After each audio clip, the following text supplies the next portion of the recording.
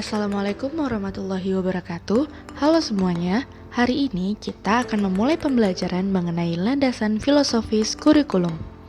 Sebelumnya kita harus mengetahui 4 landasan dasar kurikulum, yaitu landasan filosofis, landasan psikologis, landasan sosiologis, dan landasan historis. Hari ini kita akan membahas mengenai landasan filosofis kurikulum.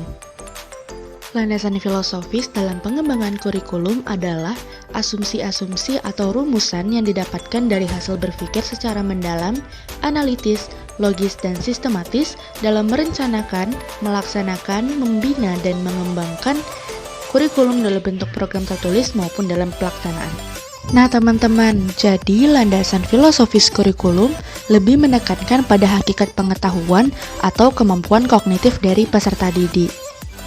Teman-teman, filsafat pendidikan itu sangat penting karena tanpa filsafat, pendidik akan kehilangan pedoman dalam merancang, melaksanakan, dan meningkatkan program pendidikan. Ada 4 aliran filsafat pendidikan, yaitu perennialisme, esensialisme, progresivisme, dan rekonstruksionisme. Aliran filsafat yang pertama adalah perennialisme, yang berakar dari filsafat realisme. Aliran ini lebih memfokuskan kepada pengembangan intelektual siswa. Perennialisme mengabaikan potensi peserta didik karena dianggap tidak relevan bagi pengembangan kemampuan intelektual. Mereka menganggap para siswa harus menerima saja materi ajar yang diajarkan guru tanpa memikirkan lebih dalam untuk mengevaluasi materi yang diberikan oleh guru tersebut.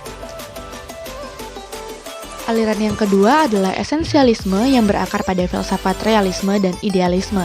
Aliran ini menginginkan kemampuan intelek diarahkan kepada pemenuhan kebutuhan modern melalui disiplin akademik kebahasaan, matematika, sains, sejarah, dan bahasa asing.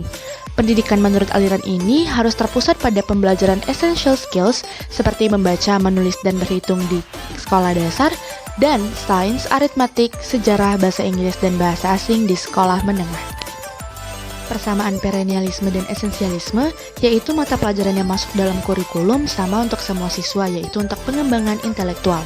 Sasaran hanya dicapai melalui mata pelajaran akademik tertentu. Tugas guru mentransfer pengetahuan yang siap pakai, dan tugas siswa menerima semua sajian yang diberikan oleh guru. Perbedaannya ialah perennialisme lebih fokus pada pengembangan kemampuan akademik, sedangkan esensialisme mengutamakan pengembangan kemampuan untuk suatu pekerjaan. Aliran filsafat yang ketiga adalah progresivisme, yang berdasarkan pada filsafat pragmatisme.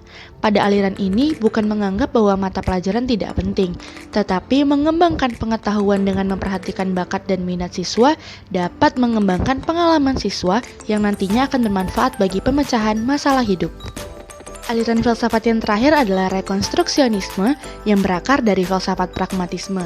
Aliran ini menginginkan tekanan lebih besar pada pendidikan terpusat masyarakat yang peduli pada kebutuhan semua kelas sosial. Aliran ini menjagokan pendidikan bagi perubahan sosial agar masyarakat kini lebih baik dari sebelumnya.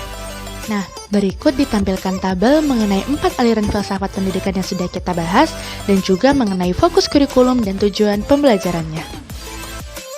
Nah, dari video pembelajaran kali ini dapat diambil kesimpulan bahwa landasan filosofis kurikulum itu sangat penting, di mana dapat membantu pendidik merancang, melaksanakan, dan mengembangkan kurikulum sekolah sehingga kurikulum tidak mudah dipengaruhi oleh oknum untuk kepentingan pribadi.